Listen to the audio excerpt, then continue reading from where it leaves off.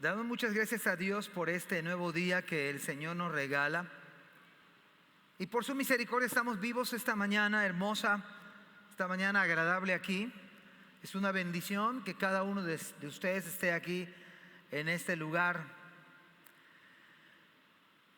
La semana pasada comenzamos a ver el segundo libro de Crónicas en su capítulo 15 y avanzamos 9 versículos. Segundo de Crónicas capítulo 15 y avanzamos 9 versículos. Pero si alguno no pudo venir la semana pasada, bueno, hoy le voy a ayudar a estar en contexto de la historia bíblica. Permítame darle lectura a segundo de Crónicas 15. Y a manera de introducción, ¿verdad? Le voy a leer para que, bueno, estemos como tratando de estar en la trama de la historia. Dice así la palabra del Señor, segundo de Crónicas 15 del 1 al 9 y luego voy a abordar el 10, obviamente. Aunque, ¿qué les parece si me acompañan en la lectura? Dice la Biblia ahí, si la tiene, o en la pantalla, dice: vino el Espíritu de Dios sobre Azarías, hijo de Obed, y salió al encuentro de Asa, y le dijo: oídme, Asa y todo Judá y Benjamín, Jehová estará con vosotros y vosotros estuviereis con él. Y si le buscareis, será hallado en vosotros. Mas si le dejareis, él también os dejará.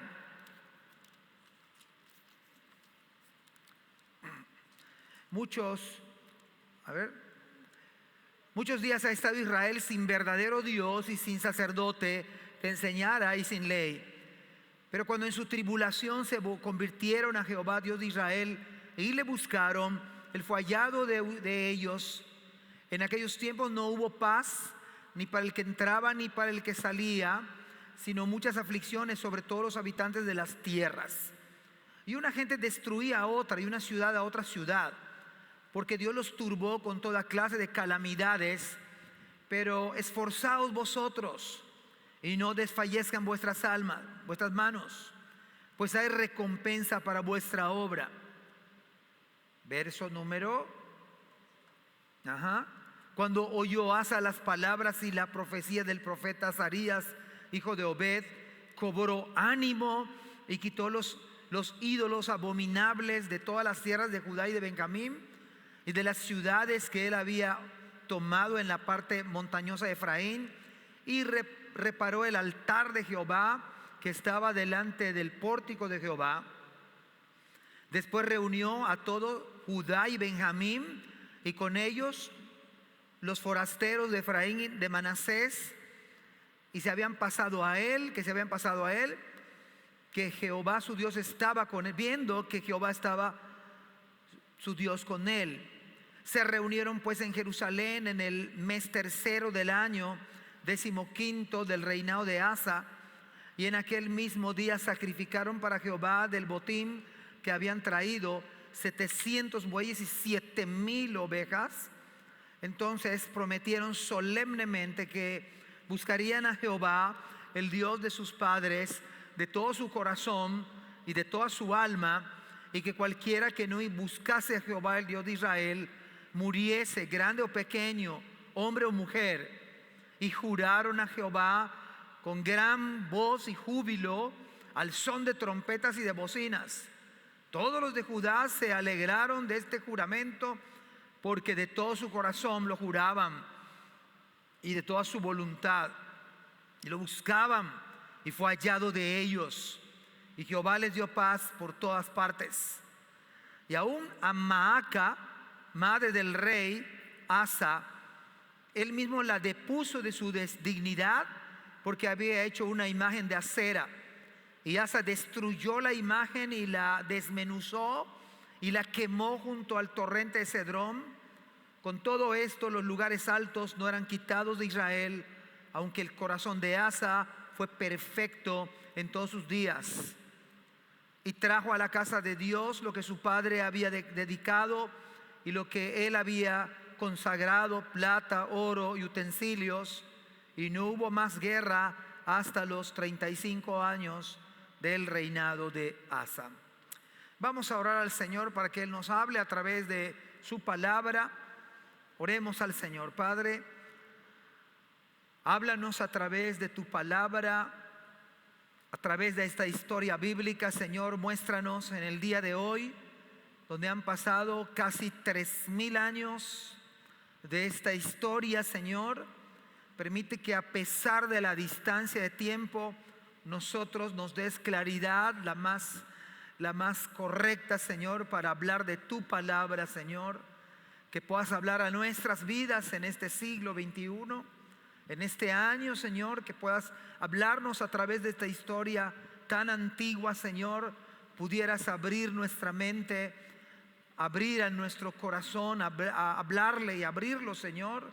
De tal manera que esta audiencia, estos creyentes, esta iglesia en particular, pudiera responder a tu voz. Que tu Espíritu Santo, Señor, se mueva poderosamente entre nosotros. En el nombre de Jesús te lo pido al Padre. Amén. Voy a tratar de parafrasear esta historia bíblica. Es una historia que ya la hemos predicado. De hecho, en el capítulo 14 hay una gran victoria colosal. Vuelvo a repetir la historia. Los etíopes fracasan un ejército innumerable, imposible de contabilizar. Gracias. Imposible de contabilizar. No hay manera de enumerar, no hay manera de descifrar la cantidad de tantos etíopes que nos damos la idea, ¿verdad? Por su corpulencia, por su número, Israel técnicamente había fracasado. Pero Dios, en su infinita misericordia, cuando Asa se da cuenta y busca al Señor y se humilla delante del Señor, resulta que Dios nos hace triunfar en medio de una declaración de derrota. En medio de un fracaso anunciado, Dios siempre se magnifica, se glorifica, pues puede darnos una victoria ante una derrota a nuestros ojos. Entonces viene Asa eufórico, motivado, como si hubiera ganado el América el campeonato, o los Pumas en su caso, o el Cruz Azul. Imagínense qué pasa cuando gana la selección del país. Bueno, resulta que se van a rodear a la Diana Cazadora del centro del país, o venimos acá al Monumento a la Patria, aunque no jugamos nada, pero parece que nosotros metimos gol. Bueno, la idea es que viene Asa, imagínense, 580,000 soldados que no habían pues humanamente logrado sino Dios. Una gran victoria, una colosal victoria, más todo Judá, más todo Benjamín, más los que se habían sumado. Y resulta que Dios envía un profeta. El Espíritu de Dios, dice el capítulo 15, verso 1, viene sobre Azarías, hijo de Obed. Y entonces este Azarías, este profeta, un predicador, alguien que predicó la palabra, le predicó al rey a expensas de que podía ser muerto. Le predica estime usted, 580,000 soldados, más sus familias, más las esposas, más los hijos, más los suegros, o sea, una cantidad, más los sirvientes, es una cantidad increíble. Y el predicador, con el Espíritu Santo, con la palabra del Señor, le habla a toda esa audiencia y les dice: miren, si ustedes buscan al Señor, se va a dejar encontrar por Él, pero si ustedes le dejan, Él también les va a dejar. Y luego el verso nos da el resultado de los análisis. Imagínese usted, antes que termine el mes, así debe ser para conmigo, yo tengo que ir al laboratorio para que me saquen sangre y me digan cómo están mis triglicéridos, mi colesterol, mi glucosa, etcétera. Ustedes no saben la emoción tan vibrante, ¿no? No, pues no me anima tanto, pero lo tengo que hacer. Claro que me trato de aplicar, aunque ya les dije el problema que hay, ¿verdad? Que uno abre el refri y ¿qué creen que encontramos? Pan. Y voy a visitar a algún hermano y ¿qué cree que me ofrece? Y en buena lid, gracias por ello, lo agradecemos, pero nos ofrecen pan. Abro el refri de la casa de ustedes y ¿qué creen que encuentro? Pan. Abro la cajuela del carro y ¿qué creen que encuentro? Pan. Entonces, obviamente,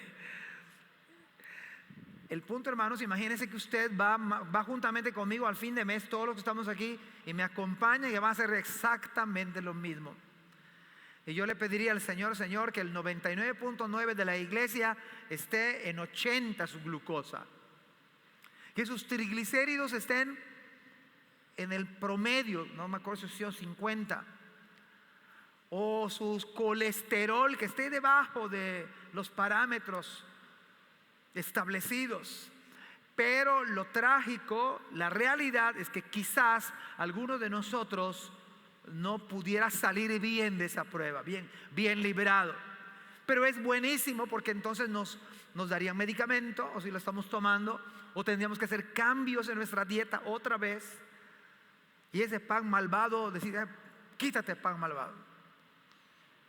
Yo lo que hago es se lo llevo a mi suegra, ella no tiene límite, está buenísimo su páncreas. Entonces, es exactamente lo que pasó. El predicador le dice, el problema de ustedes es que no han adorado al verdadero Dios. Déjame leerlo textual para irme más apegado a este asunto. El versículo número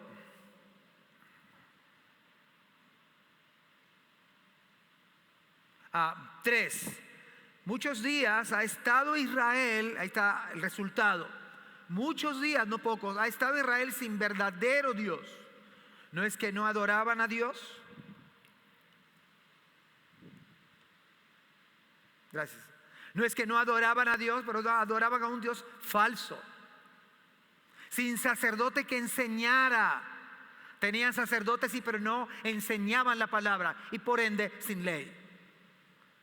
Y eso comenzó desde Salomón, ¿se acuerdan? Estoy haciendo un trayecto rápido de la predicación. Esto comenzó con Salomón cuando se casó de manera mixta. Era creyente Salomón y se casó con mujeres no creyentes. Y vea el resultado. A veces no medimos esto, no lo podemos, no pasa nada, mira que a lo mejor se convierte, mire, ahí está la evidencia. Se casa Salomón con mujeres no creyentes, desvían su corazón. Salomón es el primero en erigir, en construir altares donde no es el verdadero Dios, y esa boda mixta llega a consecuencias letales. Israel cae en la idolatría, se sume en el paganismo, en adorar a algo que no es Dios. Y por eso Dios envía en su misericordia, envía al profeta a decirle a Asa, a decirle a los demás que las cosas no estaban tan bien. Y llegamos a este capítulo 15, verso 10, después de este recorrido, este maratón. Llegamos al versículo número 10. Aunque antes, el versículo 8, por eso el sermón se titula 3 maneras de responder a la predicación. Cada predicación, hermanos, es para que ustedes y yo respondamos. Es para que ustedes y yo invariablemente, indiscutiblemente, usted toma una decisión, su responsabilidad humana. Usted es responsable después de escuchar un sermón. ¿Qué hago? ¿Y usted qué hace? Ustedes somos responsables. Y acá hay 2 eventos y hay 3 cosas que se pueden hacer en un sermón. Usted después de escuchar una predicación, usted tiene que tomar su responsabilidad, asumirla, porque tiene que hacer 3 acciones. A lo menos acá veo 3 maneras de responder a la predicación. Voy a leer versículo 8. Cuando oyó Asa las palabras y la profecía del profeta Azarías, hijo de Obed, cobró ánimo. Este versículo 8, quitó los ídolos abominables de toda la tierra de Judá. Vea que hay acciones de Judá y de Benjamín y de las ciudades que él había tomado en la parte montañosa de Efraín. Reparó el altar de Jehová que estaba delante del pórtico de Jehová. Después reunió a todo Judá y Benjamín, los convocó con forasteros de Efraín, de Manasés y de Simeón, porque muchos de Israel se habían pasado a él viendo que Jehová Dios estaba con él. Verso número 10, entramos en el tema. Se reunieron pues en Jerusalén, fue el centro de la reunión, fue Jerusalén, en el mes tercero del año 15 del reinado de Asa. Eso sí como que nos mareó, ¿no? mes tercero del año 15 del reinado de Asa. Y en aquel mismo día sacrificaron para Jehová del botín que habían traído 700 bueyes y 7,000 ovejas. Esto que estamos leyendo, mis amados hermanos, viene a ser un parteaguas, como comúnmente se le dice. Este texto, versículos 10 y 11, va a marcar un antes y un después de la historia. De hecho, se cree, los estudios de la materia calculan, y coincidentemente con este culto, esta predicación, que este acto se llevó a cabo mayo o junio, como estamos ahorita, mayo o junio del año 895 antes de Cristo. De manera que esta predicación se dio aproximadamente hace 3,000 años de distancia. O sea, usted está escuchando un texto, una historia que tiene casi 3,000 años de antigüedad, pero sigue vigente porque la palabra de Dios permanece para siempre. El cielo y la tierra pasarán, mas mis palabras no pasarán. Lo estamos viendo, casi 3,000 años de antigüedad, y se está dando este evento. Además, se cree que se dio en la semana de las fiestas, o la fiesta de Pentecostés, que no vamos a entrar en materia. Y además se escribió de tal manera la fecha para que no quedara en el olvido. Y amados hermanos, a veces usted y yo no valoramos algunos documentos, pero déjeme decirle algo: en el día de mañana, algunos documentos que ustedes y yo no guardamos o no cuidamos, vamos a buscar dónde dejé mi acta de nacimiento. ¿Sabe usted que es un comercial? Viene el canje de placa. ¿Dónde está la tarjeta de circulación? Bueno, no sé si van a pedir eso. ¿Dónde está mi credencial de elector? ¿Dónde está mi certificado de bachillerato? ¿Dónde dejé mi cédula profesional? Bueno, mire que esto está registrado de tal manera, este texto es un documento, podemos decir hasta oficial, y ese documento de hace 3,000 años ahora lo estamos ocupando en la predicación de la palabra, en un domingo, día del Señor. Ahora, hay dos actos grandes que se hacen en estos pasajes. Número uno, se restaura el culto al Señor. Y número dos, se entra, lo que vamos a ver más adelante, se entra en un pacto delante del Señor. Ahora, hay tres cosas que hacen aquí los que escuchan la predicación de Azarías. Dice versículos 10 y 11: se reunieron en Jerusalén en este mes tercero, que es entre mayo y junio, 15º del reinado de Asa. A los 15 años de su reinado sucede este evento. Ahora, el versículo 11, ¿por qué digo que hay un antes y un después? En aquel mismo día sacrificaron para Jehová. Hay un cambio de dirección. Antes estaban sacrificando a otros que no eran dioses, y acá hay un cambio. Hermanos, esto que estamos leyendo es un avivamiento que hubo en Israel. Es un avivamiento que comienza en el capítulo 14, pero Dios quiere que vaya más a fondo. Ahora, mi pregunta es: un avivamiento es como renovar, en términos más contemporáneos, es revitalizar. ¿Usted no cree que nuestra vida necesita ser renovada constantemente, evaluada, y uno tiene que hacer cambios en su vida? Hablábamos de la salud. ¿No que usted que debemos hacer nosotros quizá algunos cambios, hacer, no sé, caminar, hacer algo por salud, ya no por vanidad, no por estética, sino por salud? Siempre tenemos que renovar, hermanos. ¿No cree que también los matrimonios de la iglesia no necesitan una revitalización, una renovación? Cada creyente, ¿no cree usted? Cada familia compuesta como está,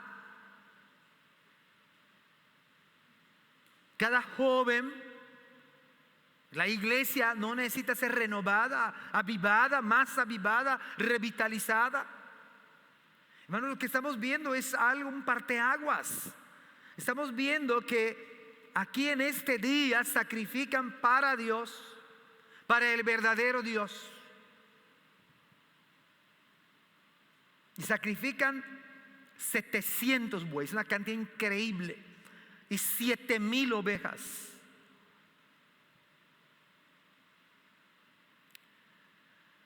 En este pasaje que está ante nuestros ojos, estamos viendo, ahora comienzan los tiempos de refrigerio.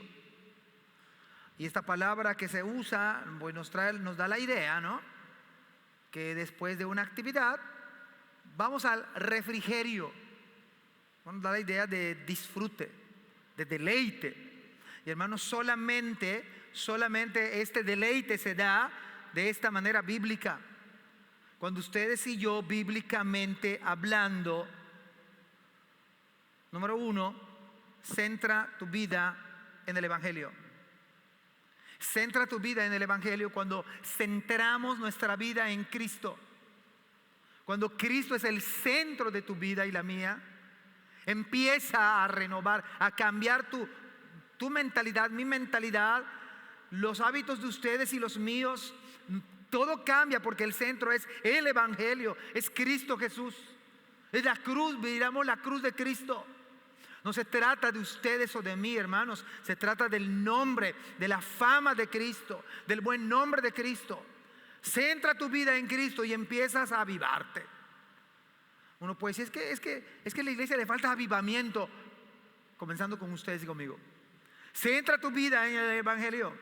Centra tu vida en Cristo. Mire, estos hermanos empiezan a hacer sacrificios al Señor, a matar animales, diciéndole: Señor, no merecemos, hemos llevado una vida pecaminosa, hemos llevado una vida libertina, nos hemos apartado de ti, hemos pecado contra ti. Y claro que hace 2895 años o 3000 no había venido Cristo. Y de una manera no tan clara como hoy nosotros nos parece tan claro el Evangelio, de una manera con cierta neblina o con cierta distancia, ellos sacrificaron animales por causa de sus pecados. No podemos acercarnos a Dios si no hay derramamiento de sangre. Señor, somos pecadores, nos hemos apartado de tus caminos, no hemos hecho conforme a tu palabra y venimos con 700 bueyes y 7,000 ovejas. Este acto es un acto de arrepentimiento, es un acto de reconocer mi pecado, es un acto de reconocer mi locura. ¿Es eso lo que hicieron? Señor, humildemente traemos esta ofrenda porque reconocemos la locura de nuestros pecados, las malas decisiones que tomamos, las desatinadas cosas que hacemos.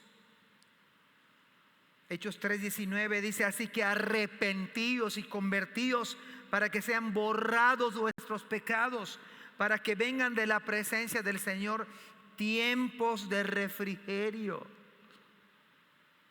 Arrepentíos, hermanos. El avivamiento espiritual es cuando cada uno de nosotros se arrepiente de sus hechos y le duele haber pecado contra Cristo y le duele haberse apartado del Señor, y lo reconocemos humildemente, públicamente. Y yo puedo decir con puntualidad que en esta ocasión en Jerusalén, en el año 895, en mayo o junio, quizás en el tiempo de la fiesta de Pentecostés, se habían congregado Judá y Benjamín, se habían sumado otros del norte. Estaba el rey Asa, estaba el predicador mostrando, señalando, tocando el diagnóstico, viendo a los análisis. Mira acá, mira cómo han estado, sin sacerdote que enseñe, sin ley, sin adorar al verdadero Dios. Arrepiéntanse. Y en esta ocasión sí se habían congregado, no para lo peor, como décadas había pasado. ¿Usted se acuerda de lo que dice Pablo a los Corintios? capítulo 11, verso 17, dice: pero al anunciaros esto que sigue, no os alabo, porque no os congregáis para lo mejor, sino para lo peor. Significa que uno puede estar congregado en una iglesia y no estar congregado para adorar a Cristo. Cristo no es el centro de la predicación, Cristo no es el centro de la vida de nosotros. Y esa congregación y ese culto es un culto hacia la persona, es un culto hacia usted, es un culto que a usted le gusta, que está a su modo, a su manera. Un cristianismo light, un cristianismo donde usted y yo podamos hacer lo que querramos, pero no es el cristianismo verdadero. El primer acto que hace Asa y su pueblo es centrarse en Dios otra vez, volver a la adoración. Por eso le dice verso 3: muchos días ha estado Israel sin verdadero Dios. No pocos días, muchos días. La causa por la cual habían dejado el verdadero culto es por causa de los ídolos. Para vergüenza y dolor. El pecado de la idolatría estaba en ellos mismos. Por eso no se rendía culto al verdadero Dios. Y hermanos, déjenme decirle algo. Si el Señor no es el centro de nuestras vidas, si el Señor no es el centro de nuestras vidas, de nuestra familia, de nuestro trabajo, de nuestra iglesia, todo es idolatría. Si Él no es el centro verdaderamente, no de labios. Dijo Cristo: este pueblo me alaba de labios, me honra de labios, pero su corazón está lejos de mí. Si Cristo no es el centro de nuestras vidas, de nuestras familias, de nuestro trabajo, de nuestra iglesia, todo es idolatría. Todo es idolatría. Pero en esta ocasión, en el año 895, quizás mayo o junio, había una congregación que estaba siendo afectada en positivo por una predicación, y que esta predicación luego se vuelve en un culto glorioso al Señor. Un verdadero avivamiento en nosotros mismos, en ustedes y en mí, es cuando Cristo es el centro de todo.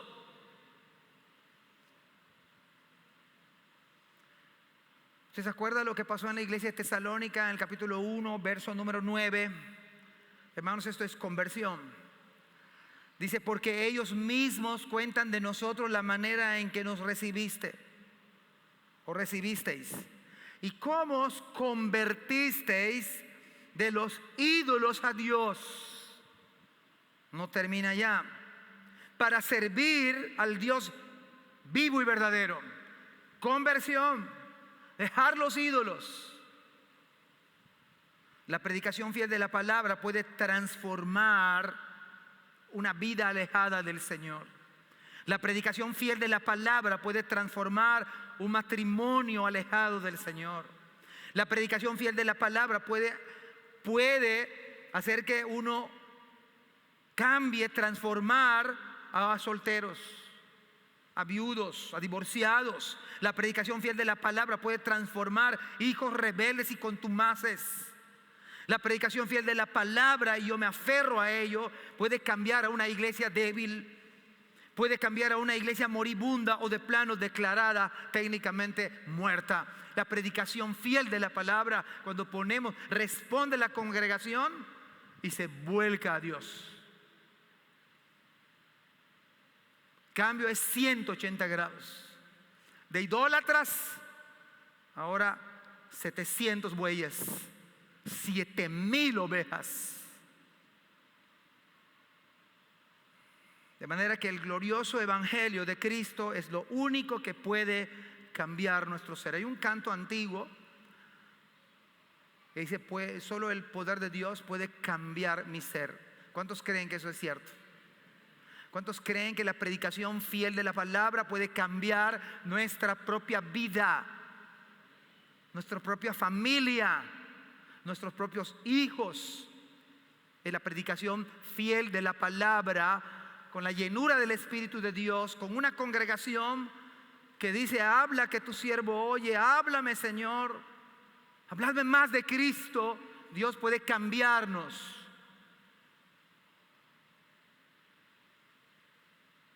Pero además este sacrificio cuantioso de animales nos da la idea que dimensionemos las graves faltas y pecados que había cometido el pueblo. 7,000 ovejas, hermanos, es una cantidad increíble.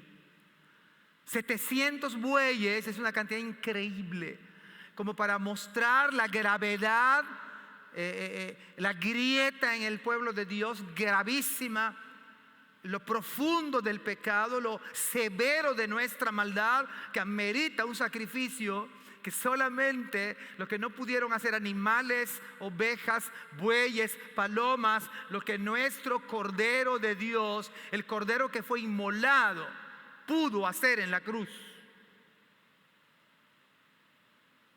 Dice Apocalipsis capítulo 5, versos 12 y 13, dice que decían, oiga bien esto como dice Apocalipsis, el apóstol San Juan, que decían a gran voz: el Cordero que fue inmolado.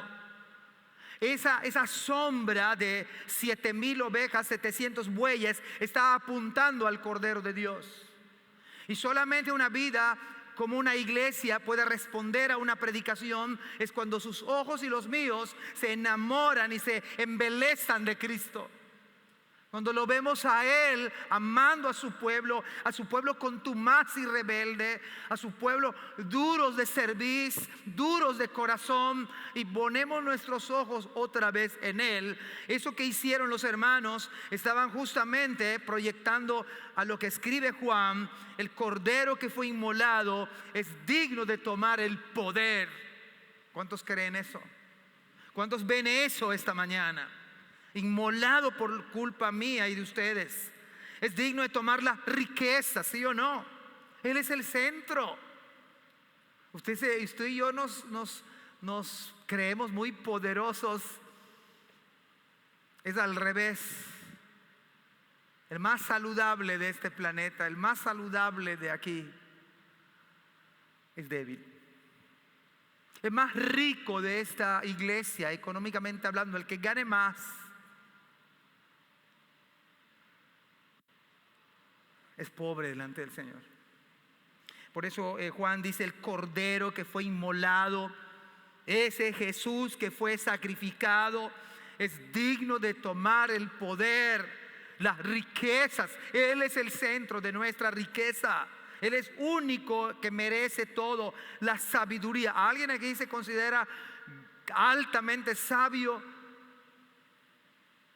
El más sabio de nosotros, el más erudito, el más académico, el que haya logrado posgrados y el doctorado del doctorado, y esté quizá alguno de nosotros aplicando a otro doctorado. Gloria a Dios. El más sabio no le llega, como dijo Juan el Bautista: no soy digno de desatar la correa de tu calzado. Porque el único que merece la respuesta a una predicación es Jesús. La predicación está apuntando a Cristo. Él es el centro. La sabiduría, la fortaleza, la honra, la gloria y la alabanza, y a todo lo creado que está en el cielo y sobre la tierra y debajo de la tierra, me parece como el segundo mandamiento, y en el mar y a todas las cosas que en ellos hay. Oí decir al que está sentado en el trono y al Cordero sea la alabanza, la honra, la gloria y el poder por los siglos de los siglos. De manera que un avivamiento, una revitalización, es cuando ustedes y yo ponemos a Cristo como el centro de nuestras vidas. Es la causa por la cual 700 bueyes y 7,000 ovejas apuntaban a Cristo. Es un volver a Dios, es un regresar al Señor. La segunda verdad, el segundo acto, porque el primero tiene que ver con el culto. Hay que restaurar. ¿Sabe por qué? Porque cuando hay adoradores cuyo centro es Cristo, esa es la verdadera adoración. ¿Usted se acuerda cuando platicaba Cristo y la mujer samaritana? Y a esta mujer se le reveló la gloriosa verdad que Dios es espíritu. Pues esta débil mujer que había tenido 5 maridos y con el que vivía no era su marido, Cristo le dijo: Dios es espíritu, y los que le adoran en espíritu y en verdad es necesario que adoren, porque tales adoradores busca el Padre que le adoren. ¿Y sabe con quién estaba hablando? Con el Mesías. De manera que cuando nuestra vida se centra en Cristo, se convierte en adoración. La primera cosa que se restaura es el culto. Es el culto. Y el culto, el centro es Cristo. No es el predicador, no es los cantos, es Cristo. Todo apunta a Cristo. En segundo lugar, la segunda renovación es una renovación de un pacto. Y la segunda acción, no quiero revolverles, pero acá hay 2 verdades: se restaura el culto y se renueva el pacto. Y hay 3 acciones. Centro es Cristo. Segundo, un compromiso solemne con Él. Un compromiso serio con Cristo. Versículos 12 y 13.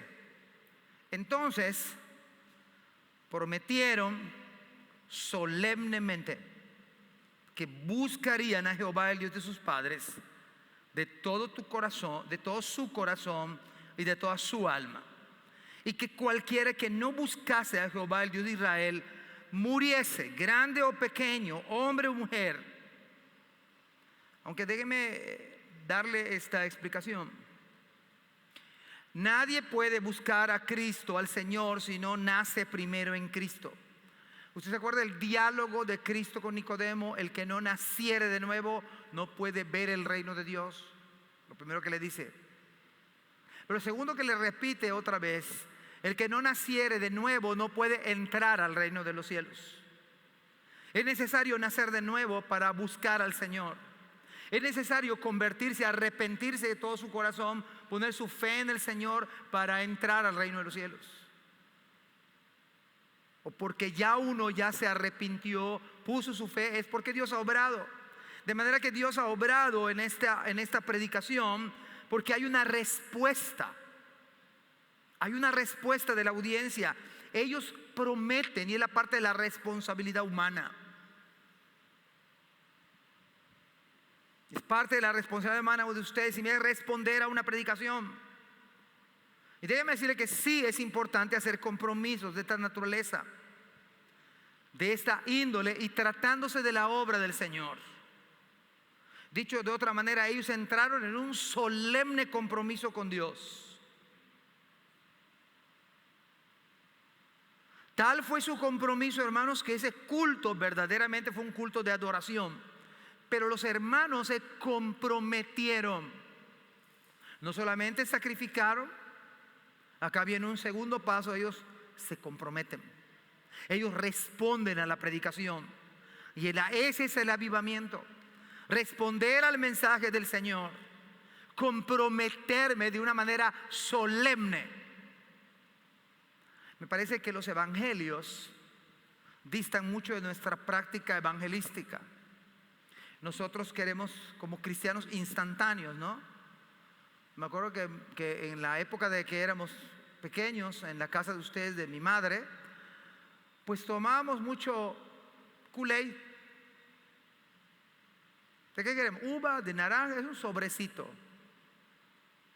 2 litros, ni me acuerdo. Se le pone el polvito y tiene uno su jugo de uva. Pues no es cierto, no es jugo de uva. Estos son químicos. Parece, tiene el color de uva, era azúcar y no sé qué otro componente, pero no era jugo de la vid. Me parece que nosotros en nuestro evangelismo contemporáneo queremos hacer las cosas así a la ligera. Y entonces tradicionalmente le decimos a la gente: ¿usted cree en Dios? ¿Y sabe qué va a decir? El 99.999% de los mexicanos van a decir que creen. Sí. Usted no quiere irse al infierno, ¿verdad? ¿Y qué cree que van a decir el 99.9 de los mexicanos? Bueno, quizá menos. ¿Quiere usted irse al infierno? No. ¿Cree que Cristo murió por sus pecados? Sí. ¿Le gustaría a usted hacer esta oración conmigo? Sí. Y entonces nosotros decimos, sé que soy un pecador, sé que soy un pecador, que no me puedo, y hacemos que repita esta oración. Y hermano, la intención no es mala, pero es muy superficial. Y decimos, ya se entregó uno a Cristo. Déjeme decirle que yo no veo eso en los evangelios. En los evangelios yo veo que Cristo como que aparentemente hasta incluso como que desanima, ¿no? Al maestro de la ley, al doctor en ley que manejaba la escritura de memoria de manera perfecta, Nicodemo, le dice, si no naces de nuevo no puedes ver el reino de Dios. Si no naces de nuevo no puedes entrar al reino de Dios. A la mujer samaritana no le dice, haz la oración conmigo, la oración del pecador. Cristo le dijo, tráeme a tu marido. ¿Cómo le va a traer al marido si no era su marido? Al joven rico no le dice, repite esta oración del pecador conmigo. Le dice, vende todo lo que tienes, dalo a los pobres. Y él amaba más el dinero que nadie. Y entonces ven y sígueme. Cuando usted escucha la predicación de la palabra, cuando usted y yo escuchamos la predicación fiel de la palabra, Dios me pide a mí que yo haga un compromiso solemne con Él. Y es obra de gracia, y es Dios quien me llama, y es Dios quien toca mi corazón viendo la cruz. Llama la atención 1 Corintios capítulo 14, versículo 24, 25, dice, pero si todos profetizan, predican, y entra algún incrédulo o indocto, por todos es convencido, por la predicación, por todos es juzgado. Claro que hay la idea, no juzgues, no, pero acá juzgado es sí, juzgado. Estás mal delante del Señor, no está bien lo que haces, es juicio, pero sabio. Versículo 25, lo oculto de su corazón se hace manifiesto. Lo que explicamos en la mañana a las 9. Se expone lo que hay en el corazón. Pero vea qué pasa con este incrédulo. Y así postrándose sobre el rostro adorará a Dios. Por eso la predicación de la palabra debe ser intencionalmente fiel al texto, fiel a la palabra, de tal manera que el pecador se dé cuenta de su error y al grado tal que se postre a adorar al Señor, declarando, adorará a Dios, declarando que verdaderamente Dios está entre vosotros. Dicho de otra manera, es el impacto de un poderoso culto dedicado al Señor, siendo Cristo el centro, donde Dios se manifiesta poderosamente en la conversión del alma. Me parece que el Evangelio demanda compromisos solemnes, serios con el Señor. Marcos 10:21, cito textualmente, entonces Jesús mirándole le amó y le dijo, una cosa te falta a ese joven rico, anda, vende todo lo que tienes y dalo a los pobres y tendrás tesoro en el cielo. Y luego le dice, y ven, sígueme, tomando tu cruz. No hay tal oración del pecador. Es más, creo que Cristo toca donde duele. Lo que más nos gusta, lo que es nuestro ídolo, Dios dice, necesitas hacer un compromiso solemne, necesitas arrepentirte y comprometerte al grado tal que volvemos al mismo punto, ser Cristo el centro de nuestra vida, no de manera teórica, no de labios solamente. Y déjeme decirle algo, en una generación ajena, es una generación en la que vivimos ajena, en contra de la responsabilidad. Esa es la generación que tenemos hoy en día. Una generación que no quiere compromiso. Fíjese bien, en contra de las cosas a largo plazo. Es más fácil agarrar el sobrecito, como decía mi madre, y no es que era por gusto, quizás porque no teníamos acceso a hacer un jugo de uvas. Es más, ni se conocía aquí. No había refrigeradores como los hay hoy en día, aún en la ciudad de Mérida. A largo plazo. Compromisos a largo plazo, no light.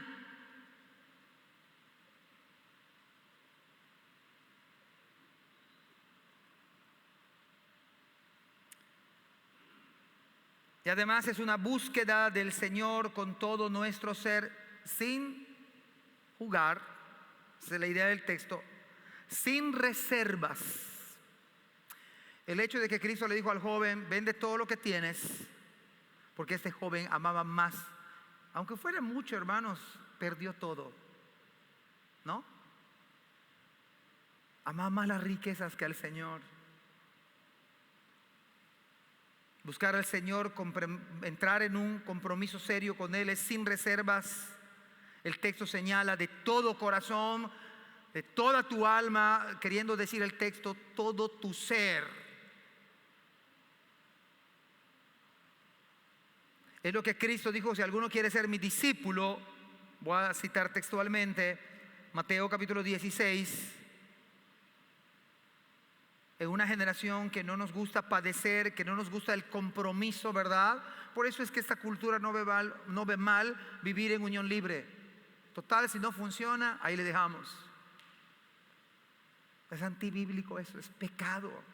Pecado de la fornicación, tener relaciones sexuales sin compromiso. Todos pierden. Más, por supuesto, la mujer, mucho más. Pero también el hombre, todos pierden. No es así el diseño divino. En el versículo 21 del capítulo 16 de Mateo dice: desde entonces Jesús comenzó a declarar a sus discípulos que le era necesario ir a Jerusalén y padecer mucho de los ancianos, de los principales sacerdotes y de los escribas, y ser muerto y resucitar al tercer día. Versículo 22, ahí está Pedrito otra vez. Decía el hermano Yambés, cada uno de nosotros tiene un Pedrito adentro, porque vea qué hace Pedrito. Entonces Pedro, tomándole aparte, comenzó a reconvenirle diciendo: Señor, ten compasión de ti. Yo digo que esto no es obra de Dios. Pobrecito de ti, nadie te quiere en la iglesia, nadie te visita, no te llaman. ¿Han escuchado esa vocecita? La iglesia es sufres mucho, y si te consagras. Cuando no estaba yo consagrado, no asistí a la iglesia, me iba bien en el trabajo, empiezo a asistir a la iglesia y me va recontra mal, pastor. Lo he escuchado muchas veces. Es exactamente el Pedrito que hay en nosotros. Pobre de ti, hermanito, yo no quiero que sufras. Bueno, la iglesia donde estaba recomendando a Pedrito es para de sufrir, pero es una secta. Ahí no sufres, te vas al infierno en para de sufrir. Porque no es así, al contrario, Cristo está diciendo: voy a ser muerto, voy a resucitar. Y Pedro le dice: ten compasión de ti. Vea lo que está, hermanos, es terrible eso. Autocompadécete de ti. Mira lo que te hacen los hermanos, son malos.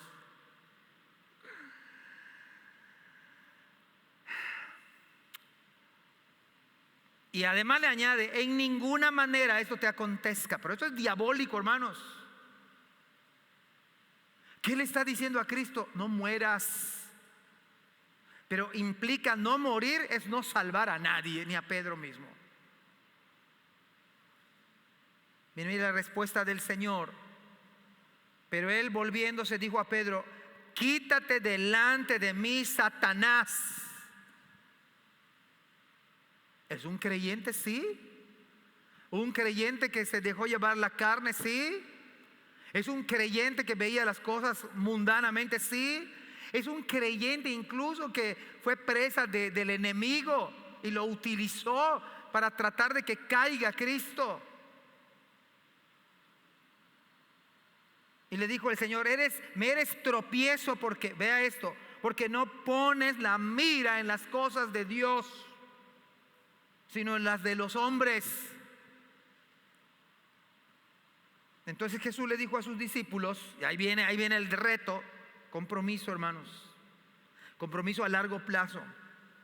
Creo que los que nos casamos y le pedimos al Señor su misericordia, su gracia, creemos hasta que las muertes nos separen, hasta que la muerte, y creo que la hermana Raquel se le está cumpliendo. Me lo digo cuando éramos jóvenes. Yo le pido al Señor que cuando nos muramos viejitos, ¿sabe qué? Como que siento que ya está cumpliendo. Como estoy acercando más, ¿no? Digo, híjole, como que se está, me lo digo hace 30 años, imagínense. Todo un chavito como de 12. No, no saquen cuentas, pero tenía más de 20. Hermanos, compromisos a largo plazo. Y dice Cristo, si alguno quiere venir en pos de mí, no basta la oración del pecador. Yo no digo que alguien se quiera entregar a Cristo que ore, amén. Yo hago que la gente ore, o sea, solo ora, pídele al Señor. Pues sabe una cosa, más allá de la oración del pecador, si alguno quiere venir en pos de mí. Yo decía a algunos hermanos, a veces la gente está a nivel creyente, a nivel discípulo. Esto es lo correcto. Hasta el diablo cree y tiembla, pero es diablo. Ser discípulo es haberse arrepentido de nuestros pecados, es haber puesto nuestra fe en Cristo, y Cristo es el centro, y llegar a ese nivel que estamos viendo en el texto. Hicieron un compromiso solemne en boca de Cristo. El compromiso es solemne. Si alguno quiere venir en pos de mí, niéguese a sí mismo. Todo lo que usted y yo deseamos, niégate a ti mismo. Segundo, tome su cruz. Tercero, sígame. Es un compromiso hasta la muerte, hermanos.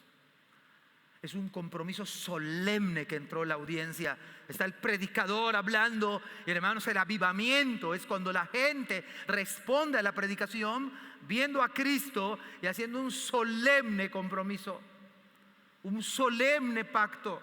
Sí, Señor, se trata de ti. Usted se puede imaginar el corazón despedazado de Abraham cuando Dios le dice: dame a tu hijo Isaac, a tu único hijo. Eso yo no lo entiendo en el sentido humano, ¿verdad? Porque quien de manera razonable, cualquier papá, digo yo, por más malo que sea, por más malos que seamos, lo que más queremos, aunque a veces pecamos en eso, yo quiero lo mejor para mis hijos, ¿no? Todos humanamente, y es correcto, queremos lo mejor para nuestros hijos. Imagínense el corazón despedazado de Abraham llevando a su propio hijo, porque Dios dijo: sacrifícamelo. Y por fe, por eso el padre de la fe es Abraham, y por fe él fue hasta el lugar y estuvo a punto de, y Dios lo detuvo. Claro, esta es una idea del dolor del padre viendo a su único hijo en la eternidad morir por causa de los pecados, las rebeldías, la vida contumaz que ustedes y yo llevamos para salvarnos del infierno.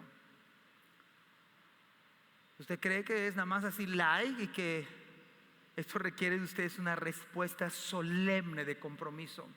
El avivamiento es ese. Ustedes y yo dejemos de jugar al cristianismo, que veamos las cosas a largo plazo, cueste lo que cueste, hermanos. Todo lo que implica seguir a Cristo, renunciar a usted mismo, yo a mí mismo, tomar la cruz de Cristo y seguir a Cristo. Bendito Dios que su yugo es fácil. Bueno le es al hombre llevar su yugo desde su juventud. Bueno, buenísimo. Mi carga es ligera y liviana, y no como la pesada carga, el yugo de Satanás, del mismo diablo, del pecado, que lacera, lastima, porque el diablo no se apiada de nadie, no tiene sentimientos. Metafóricamente, cuando el ladrón viene para hurtar, matar y destruir, es la misma intención de Satanás: hurtar, matar y destruirles a ustedes y a mí.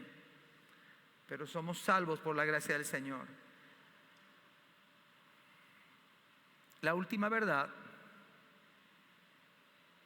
son dos cosas que se recuperan en este avivamiento es el culto al Señor y es un pacto con el Señor. Y esto a su vez tiene tres partes. El Señor debe ser el centro, un compromiso solemne, y esto se traduce, hermanos, no solamente con palabras, con hechos. Yo creo que no sería válido decirle a una mujer, ¿verdad?, a tu esposa: mira, mi amor, tú no tienes idea cuánto te amo.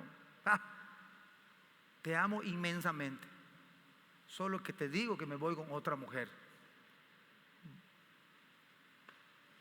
O sea, ¿es amor eso? Eso es hipocresía. El amor son actos, hechos. Claro, si uno quiere agarrar a Amado Nervo y dedicar una poesía a la hermana, está a todo dar. Está a todo dar. Pero más allá de las poesías, tengo otros libros, además de cristianos. Agarré el de Gustavo Adolfo Bécquer y se lo puse, porque hay una versión mía que yo era declamador, desde la primaria hasta al tecnológico. Ahí fue mi última incursión. Y estaba yo acostumbrado a ganar primer lugar. Y bueno, le grabé a Edith eso. ¿Qué es eso?, me dice. Pero independientemente de una buena poesía inspirada en una esposa, hermanos, lo que las hermanas más quieren ver son nuestros hechos.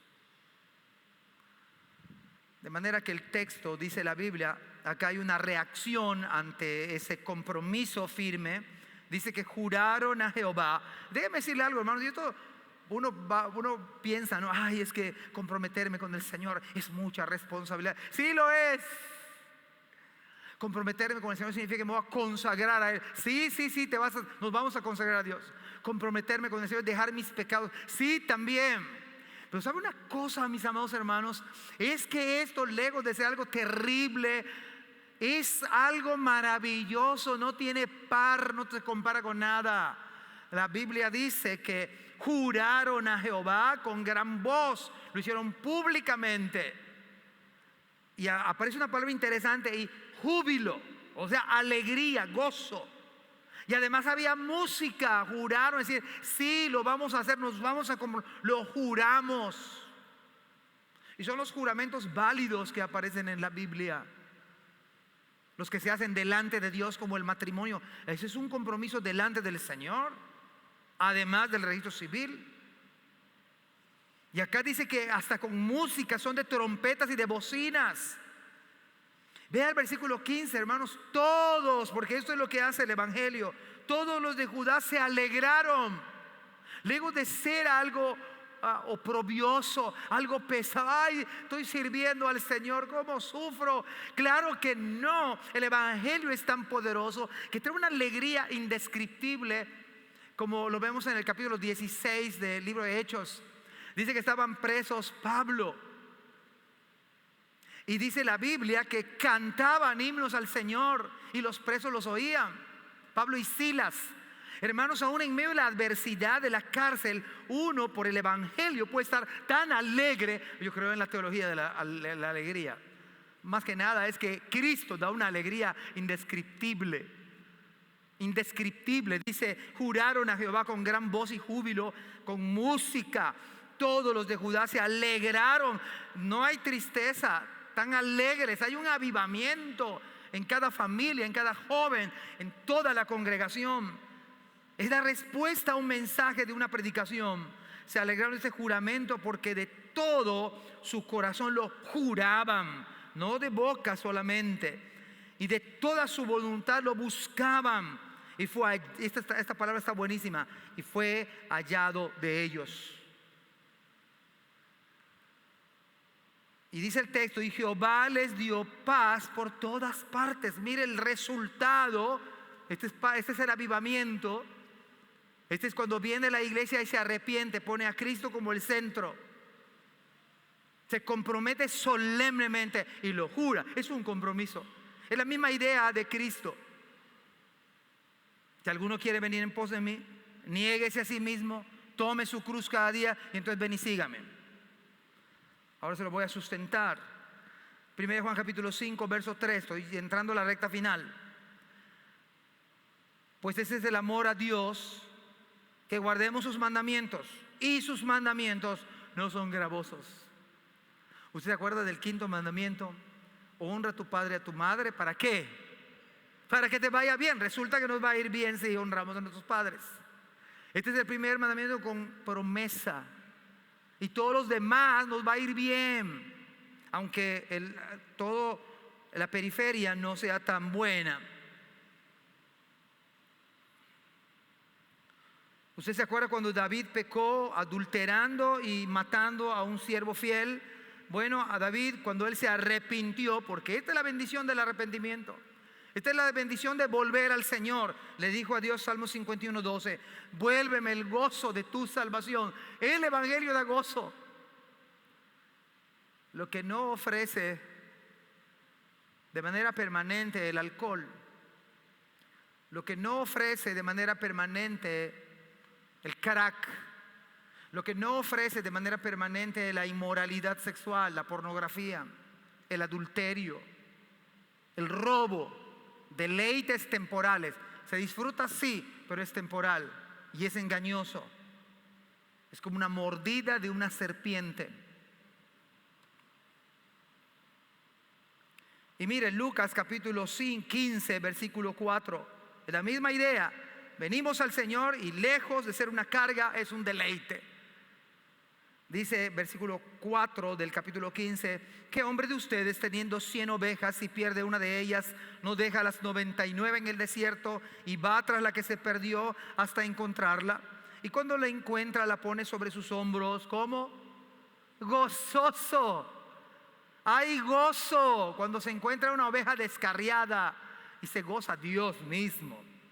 Y al llegar a casa reúne a sus amigos y vecinos diciéndose, gozaos conmigo, este es el avivamiento, porque he encontrado mi oveja que se había perdido. Usted es la oveja y yo esas ovejas perdidas que Dios encuentra. Y hay gozo. Y usted dice, Señor, tú debes ser el centro. Me comprometo solemnemente, lo juro. Es un sinónimo, de alguna manera, empatarlo con: si alguno quiere ser mi discípulo, niéguese a sí mismo, muere a ti mismo, toma tu cruz, sígueme, pero ve el gozo. Os digo que así habrá más gozo en el cielo por un pecador que se arrepiente que por 99 justos que no necesitan o piensan que no necesitan arrepentirse. O como la oveja, como la moneda perdida, la misma idea.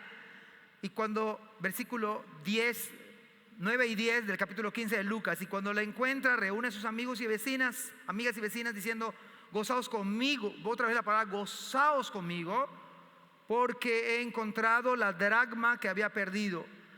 Así os digo que hay gozo delante de los ángeles de Dios por un pecador que se arrepiente. Claro, es la parábola famosa de los hijos pródigos, o los hijos perdidos, como a mí me gusta decir. Lucas capítulo 15, versos 24 y 25. Porque mi hijo era muerto era y ha revivido, se había perdido y es hallado, y comenzaron a regocijarse. Y su hijo mayor estaba en el campo, y cuando vino y llegó cerca de la casa, oyó la música y las danzas, esa alegría. Y termino con esto. El compromiso con Dios. Versículo 16. Y aún a Maaca, madre del rey Asa, aunque era su abuela, vea lo que dice el texto. Él mismo la depuso de su dignidad. ¿Cómo está esto?